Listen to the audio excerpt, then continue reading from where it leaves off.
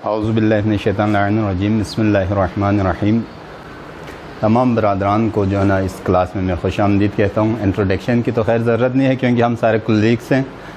बहरहाल जहाँ जिस एरिया से आप लोगों को लाया गया है और ये कोर्स जिसका असल मकसद है, बेसिकली यहाँ पर चीज़ें बातें तो होती रहती है, लेकिन जो हर काम का एक मेन मकसद होता है, एक एम होता है जिसको हमने हासिल करना है। तो आप लोगों को यहाँ लाने का जो मेन मकसद है, इस कोर्स का जो मेन ऑब्जेक्ट्स है वो ये है कि आप लोग जिस एरिया में ड्यूटी करते हैं, यूँ समझे कि वो पाकिस्तान का दिल है।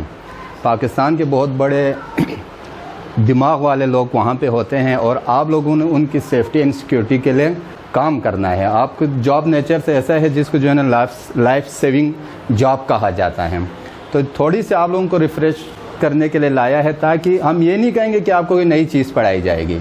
आपको वही चीज़ें पढ़ाई जाएगी जो आप लोगों को पढ़ाया गया है। सिर्फ आप लोगों को ड्यूरेशन जो हमने बीच में गुजारा है उसमें इंसान है, बहुत सारी मसले मसाइल का सामना करना पड़ता है, तो उसमें हमें चीज़ें भूल जाते हैं। उन चीज़ों को रिवाइज़ करने के लिए आप लोगों को यहाँ लाया गया है। हमारी कोशिश होंगे इंशाल्लाह उस बिल्डिंग के हिसाब से, मेरी ताशफीन साहब से भी बात यही हुई थी कि उस बिल्डिंग के हिसाब से ज़्यादातर हम कोशिश ये करेंगे कि फ़िक्स इंस्टॉलेशन वगैरह के ऊपर बात हो, फायर पैनल के ऊपर बात हो, फिक्स इंस्टॉलेशन के ऊपर बात हो, आपके जो है ना सिलेंडर्स वगैरह के ऊपर बात हो, ताकि जो काम आप वहाँ करते हैं वो आपको ज़्यादा से ज़्यादा। अभी मैं आपको होस पाइप पढ़ाऊँगा, मैं आपको पूरा हफ्ता पढ़ाऊँगा होस पाइप, लेकिन जब आपने होस पाइप इस्तेमाल ही नहीं करना है तो फिर उसको पढ़ाने का फ़ायदा नहीं है। मैं सिविल डिफेंस में एक कोर्स पे गया, SFO के कोर्स पे, तो वहाँ पे एक इंस्ट्रक्टर आता था, वो हमें लीडर पढ़ाते थे। जहाज़ इतने फुट का लीडर पढ़ना है, वो लेक्चर देता था 45 मिनट का, हम सारे लिखते थे, मेरे पास अभी भी नोट्स पड़े हुए थे। ख़त्म होता था तो वो जाते जाते कहते थे, जी ये लीडर जो ना आज 5 साल पहले ख़त्म हो गया, इस्तेमाल नहीं होता है। तो क्लासेस में लेक्चर ऐसे भी होते हैं, तो हम इंशाल्लाह वो वाला लेक्चर नहीं देंगे। बहरहाल आज मुझे कहा गया है थोड़ा सा फायर से हम स्टार्ट लेंगे। कल ताशफीन साहब ने आप लोगों को हैज़र्ड्स पढ़ाया हैं, तो ये जो फायर है हैज़र्ड्स है, ये उसी हैज़र्ड्स का एक किस्म है।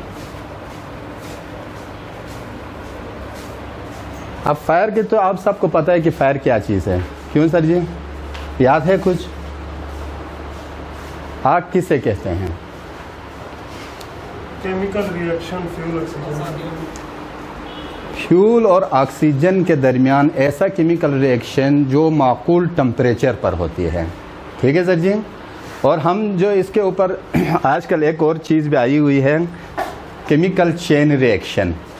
पहले ज़माने में 3 चीज़ों को कहा जाता था कि फ्यूल होना चाहिए, ठीक है जी, ईंधन, आपके पास टेम्परेचर होना चाहिए, ऑक्सीजन होना चाहिए।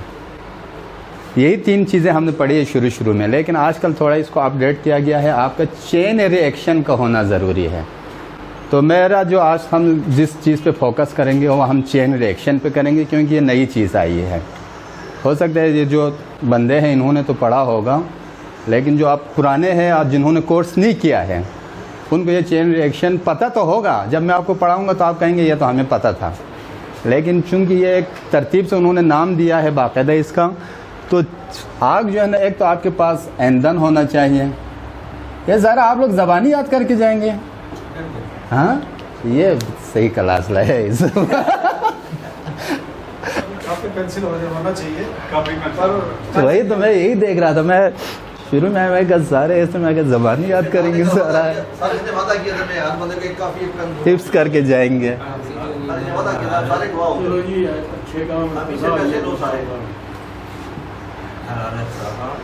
और टेम्परेचर या हरारत,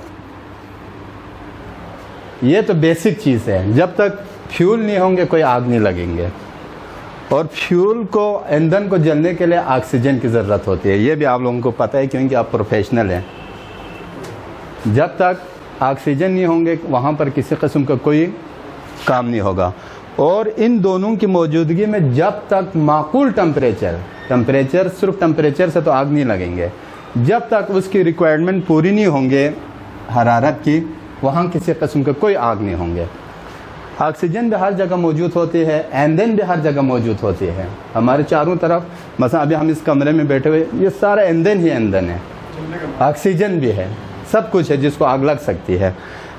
हरारत भी है, टेम्परेचर भी है, आजकल मौसम गर्मी का है तो टेम्परेचर भी है, लेकिन फिर आग क्यों नहीं लगती है? इस तारीफ के हिसाब से तो यहाँ पे आग लगनी चाहिए, लेकिन ये जब तक अपने रिक्वायरमेंट को पूरी नहीं करते हैं आग नहीं लगेगी।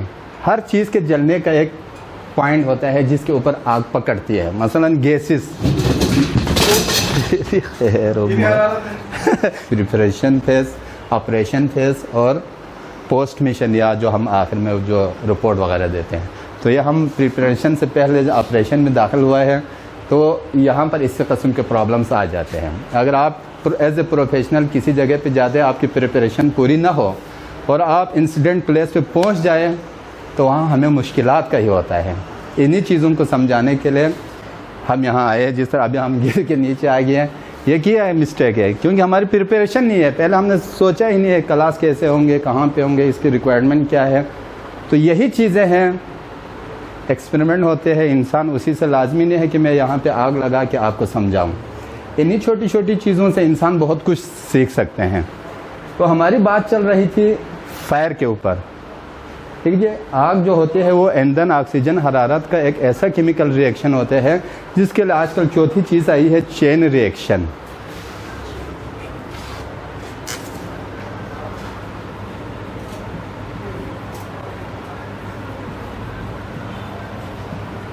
चेन रिएक्शन किसे कहते हैं? किसी भाई को कोई अंदाज़ा हो? आग कैसे लगती है? मसलन ये लकड़ी है, इस लकड़ी को आग किस तरह लगती है? इसके लिए इसको शोला चाहिए। शोला मिल गया, इसका रिक्वायर्ड टेम्परेचर भी मिल गया। ये लकड़ी जलती है? या एक प्रोफेशनल बंदे हैं, इस लकड़ी को आग लग गया, ईंधन हो गया पूरा, ऑक्सीजन भी उसका है, रिक्वायर्ड टेम्परेचर भी है इसका, हमने इसको अंगीठी में डाल दिया है, ठीक हो गया। अब ये जलती किस तरह है, कभी सोचा आप लोगों ने? क्या इस लकड़ी, ये लकड़ी किस तरह जलती है, कभी सोचा है? जलती नहीं है, जलती तो है, लेकिन कैसे जलती है, इसका कोई तो प्रोसेस होगा। ये चेन रिएक्शन यही है। ये लकड़ी जब आप अंगीठी में डालते हैं तो इस लकड़ी बजात खुद कुछ नहीं होती है, इसको आग नहीं लगती है। वहाँ क्या होता है, केमिकल रिएक्शन होता है इसके अंदर। जब तक, ये एक बात याद रखने जी, मेरा जो अपना जो नतीजा मैंने निकाला है, जो कुछ मैंने 10 सालों में एज इंस्ट्रक्टर पढ़ के जो मैंने किया है, जब भी किसी भी चीज़ को आग लगती है तो वो उस वक़्त तक नहीं जलता जब तक ये गैस फॉर्म में कन्वर्ट ना हो। अब ये लकड़ी जलने वाली चीज़ है, ये खुद बहुत नहीं जलती है। इसको जब हीट मिलता है, टेम्परेचर मिलता है, तो इसके अंदर केमिकल रिएक्शन होता है और ये गैस फॉर्म में कन्वर्ट होना शुरू हो जाता है। अगर इस लकड़ी ने जलना होता तो जो हमने अंगीठी में डाल दिया, उसके शुरू से आखिर तक एक साथ जल जाते हैं, जिस तरह गैस जलते हैं। इस कमरे में गैस भरी हुई हो, आप माचिस दे दें तो वो वहाँ से शुरू होकर तो नहीं जलते ना, वो एक साथ जलती है। क्यों? क्योंकि वो गैस फॉर्म में होता है। जलने के लिए गैस फॉर्म में कन्वर्ट होना ज़रूरी है। मतलब अभी पेट्रोल है, डीजल है, दोनों फ्यूल है, लेकिन पेट्रोल फिल फॉर आग पकड़ती है, डीजल नहीं पकड़ती है। क्यों? कभी हमने सोचा ही नहीं। हमारी ज़िंदगी की आम चीज़ें हैं, इसमें हम गौर ही नहीं करते हैं। भाई पेट्रोल जल्दी क्यों जलता है तो डीजल टाइम क्यों लगाते हैं, कभी सोचा है? नहीं सोचा है। पेट्रोल चूँकि उसमें वेपर फॉर्म में तब्दील होने की सलाहियत ज़्यादा है बनिस्बत डीजल के। दोनों फ्यूल है, डीजल को जब हरारत मिलती है तो वो वेपर फॉर्म में तब्दील होने में टाइम लगाते हैं, जबकि पेट्रोल को हरारत के बगैर ऑटोमेटिकली उसमें खासियत ऐसी है कि वो वेपर फॉर्म में जल्दी तब्दील हो जाते हैं। अभी आप मोटरसाइकिल की टंकी के ढक्कन खोल के रखो, थोड़ी देर के बाद आपको नज़र आएंगे, वो क्या है? वही पेट्रोल है। वो वाइपर फॉर्म में तब्दील होकर ऊपर उठना शुरू होता है, और उसी वाइपर फॉर्म को जब हरारत मिलती है, रिक्वायर्ड टेम्परेचर जब उस वाइपर फॉर्म को मिलते हैं, तब आग पकड़ती है। हर फ्यूल जो है ना आग नहीं पकड़ते हैं, ठीक है। ये लकड़ी को जब जलाएंगे ये वाइपर फॉर्म में तब्दील होगा, उसमें चेन रिएक्शन होंगे। आपको जो हम कहेंगे तरसील हरारत, ईसाल हरारत है ना, 3 किस्में, अशआए हरारत, तो ये चीज़ें इसके ऊपर अमल करती है। ये सिर्फ ये नहीं है कि इस कमरे से उस कमरे में जाने के लिए तरसील हरारत होती है या इस कमरे से उस कमरे में जाने के लिए अशआए हरारत की ज़रूरत है, नहीं। अगर आपके पास ठोस मवाद हो, एक क्लास की चीज़ें हो, उसके लिए ये 3 रिएक्शन होंगे तब वो जलेगी, वरना नहीं जलेंगे। इस लकड़ी को मैंने आग लगा दिया, इसके यहाँ तक आग लग गई है। जब हम यहाँ से इसको काट देते हैं तो इसका मतलब क्या हो गया कि हम ईसाल हरारत के सोर्स को काट दिया, तभी तो ये इससे आगे लकड़ी को आग नहीं लगती है।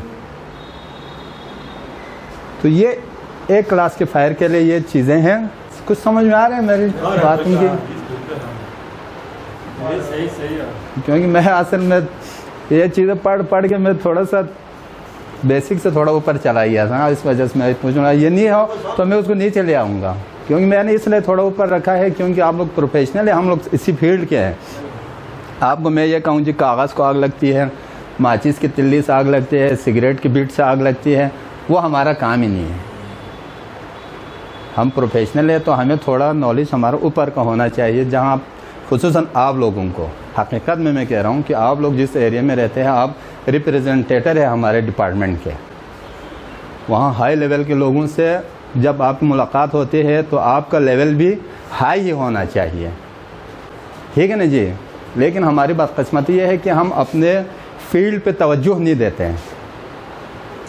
काम करना यहाँ पे मैंने ख़ुद देखा है अपनी 14 साल सर्विस में। जब मैं गाड़ी में बैठते तो मेरे साथ वाले लोग कहते थे यार तू तो सुपरवाइज़र है, तू गाड़ी में बैठ के फायर कॉल पे जा रहा है।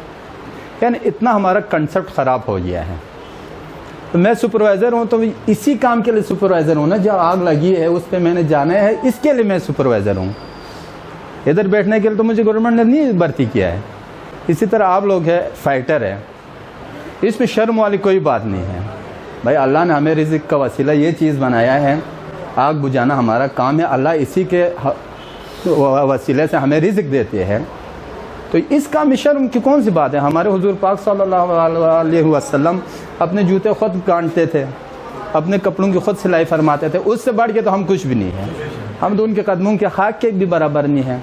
लेकिन हमारे मुसलमानों की बेड़ लग गई है कि हम उनको छोड़ के मॉडर्न वर्ल्ड के जो है फॉलोअर्स बन गए हैं। इस वजह से हम थोड़े चलो उस बात को छोड़े, इस तरह